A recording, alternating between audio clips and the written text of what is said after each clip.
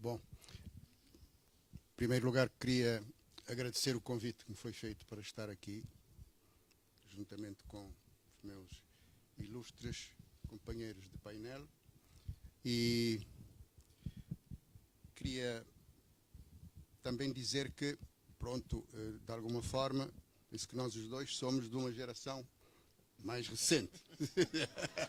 Não é nada de menos válido, porque sabe que aqui em Cabo Verde todos nós o respeitamos, ainda assim. Você é um repositório de uma parte importantíssima da história de Cabo Verde. E, portanto, é dizer isso.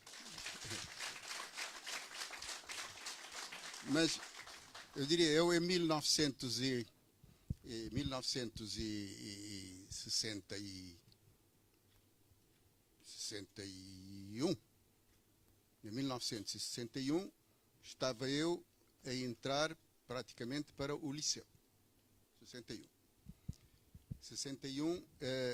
Em 66 eu estava em Lisboa a começar a estudar Direito. 66. O Jorge foi no ano seguinte para Coimbra. Não é? Foi isso. E aqui em Cabo Verde tudo era tranquilo. Eu devo dizer que grande parte da minha personalidade tem a ver com a minha infância e a minha adolescência aqui em Cabo Verde, aqui na cidade da Praia. E no interior, em Santa Catarina. E, portanto, nós vivíamos felizes. Jogávamos a bola no meio da rua, porque não havia carros, praticamente. Não havia carros. E, portanto, a Avenida Amílcar Cabral agora era um campo de jogos de futebol, da parte dos miúdos. Mas havia uma coisa que nos irritava. Porque também estava nessa avenida, hoje a Avenida Amílcar Cabral, havia a PIDE. Havia o escritório da PIDE, onde a PIDE funcionava, onde as pessoas eram detidas, eram torturadas, esse lugar e muitos outros. E, portanto, o que nós sentíamos era isso. Eu não me esqueço, eu decidi ir para o curso de Direito, depois de ter presenciado uma situação em que um agente da PIDE se levantou contra o meu pai, porque o meu pai tomou o nosso partido, o partido dos seus filhos e dos amigos dos seus filhos, que estavam a jogar no passeio. E o homem da PIDE veio dizer que tínhamos que sair de lá porque ele queria pôr o carro do lado oposto do passeio do seu serviço. Portanto, essa ideia da PIDE, dizer-me isso é uma injustiça completa, agora tenho que escolher, de facto, é direito, para ter depois a possibilidade de vir contrariar esse tipo de coisas. Portanto, a PIDE foi a minha referência negativa para desejar que as coisas mudassem. E quando cheguei a Portugal, eu tomei contacto com um livrinho de Manuel Ferreira que se chama A Aventura Crioula. Nesse livrinho, Manuel Ferreira, recorrendo a Baltazar e a outros ilustres escritores e poetas cabo-verdianos, descreve aquilo que ele considera ser a aventura crioula, quer dizer, a singularidade de Cabo Verde em vários aspectos que correspondiam efetivamente à ideia de uma nação cabo-verdiana. Então, a partir do momento em que eu li esse livro, que nunca tinha lido, que nos liceus não tínhamos essa possibilidade, a partir desse momento eu passei a considerar que sim, eu sou cabo-verdiano. Eu tenho uma identidade nacional que é diferente da portuguesa, contra quem nada tem, mas também que é diferente de outros povos. E, portanto, se é diferente, então também merece ser independente. Merece ser independente. Eu não posso ser único e estar a defender o outro. Tenho capacidade.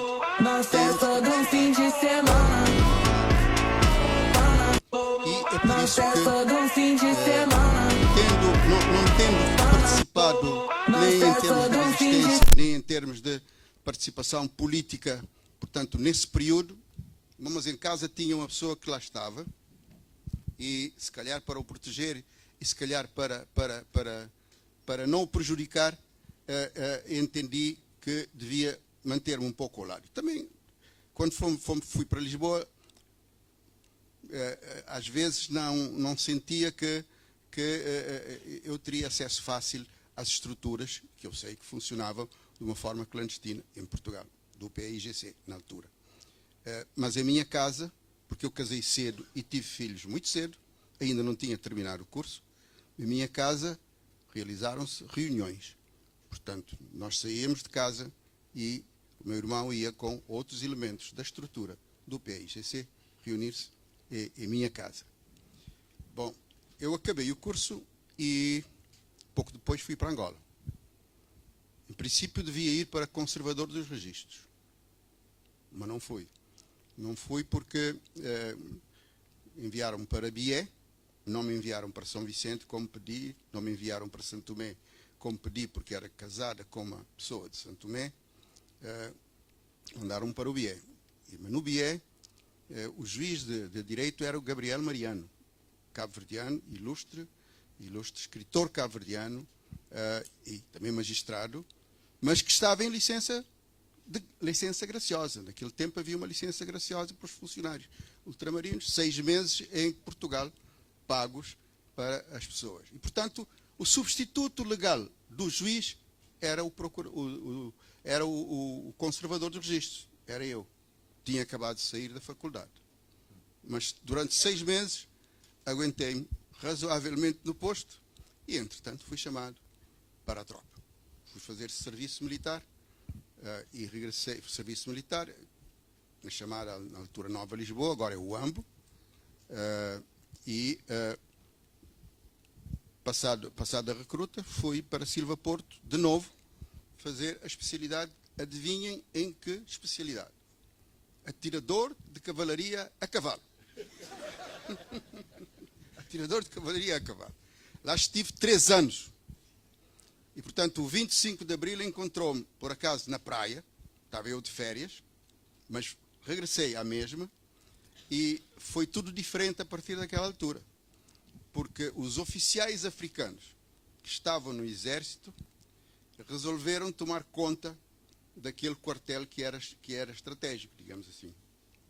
Resolveram que havia muitas ameaças, sobretudo de queimar bandeiras portuguesas, e que, se calhar, os oficiais africanos deviam ter uma posição mais próxima deles para ajudar a ultrapassar a situação. Não entendeu assim o movimento das Forças Armadas. O movimento das Forças Armadas entendeu que era preferível mandar-nos a todos para casa. E eu, todos para casa, é Cabo Verde. Eu tive ofertas para ficar em Angola, mas não quis ficar, e eu vim com uma carta de recomendação do movimento popular, do MPLA, porque eu ajudei as estruturas do MPLA no Bié. E quando cheguei a Cabo Verde, fui entregar ao comandante Pedro Pires uma carta de recomendação. E ele mandou-me ir ter com Carlos Reis, que era o secretário de Estado da Justiça do governo de transição. Trabalhava, penso, com o David. E fui colocado aqui como delegado do Procurador da República. Essa é a minha trajetória antes da independência. A seguir à independência, sou chamado pelo comandante Pedro Pires para ser diretor-geral da administração interna, que era essencialmente poder local, ou era essencialmente as autarquias locais. Né? E eu disse ao comandante Pedro Pires, mas essa área, eu não tenho experiência dessa área. E ele disse-me, e eu tenho experiência de primeiro-ministro, mas sou obrigado a cumprir. E eu entendi que sim, e, portanto, lá aceitei, lá fizemos o trabalho, lá tivemos a independência, portanto, no dia da independência eu estava cá, e assisti às festividades, e pouco depois ele convida-me para Procurador-Geral da República. Eu fui Procurador-Geral da República por escolha do comandante Pedro Pires. Portanto, esse foi o meu estágio. Esse foi o meu estágio que eu fui fazer. Então, é que Cabo Verde é uma coisa espetacular. Né? Eu não ia ficar em Angola, quer dizer, podendo vir ajudar o mínimo que fosse possível, mas eu podia vir ajudar, sim. Não havia muita gente licenciada em Direito aqui em Cabo Verde, na altura. Os advogados aqui parece-me que eram 2 ou 3. 2 ou 3, penso que eram 3, sim. E, portanto, não, tínhamos que vir. Os juízes, quantos eram? E eram, na sua maior parte, portanto, de Portugal. Portanto, juízes cabo-verdianos. Bom, vamos. Ou os procuradores. Aliás, não foi por acaso. Fui designado procurador da República na Praia, porque a Praia estava sempre procurador. Então, eu acho que o fundamental é que Cabo Verde puxa por nós. Puxa por nós. Sabemos que somos únicos, sentimos que somos únicos, digamos assim, e que esse único é um único tão bom que se dá bem com todos os outros, com todos os outros povos, que é capaz de se articular verdadeiramente com todos em nome do interesse nacional.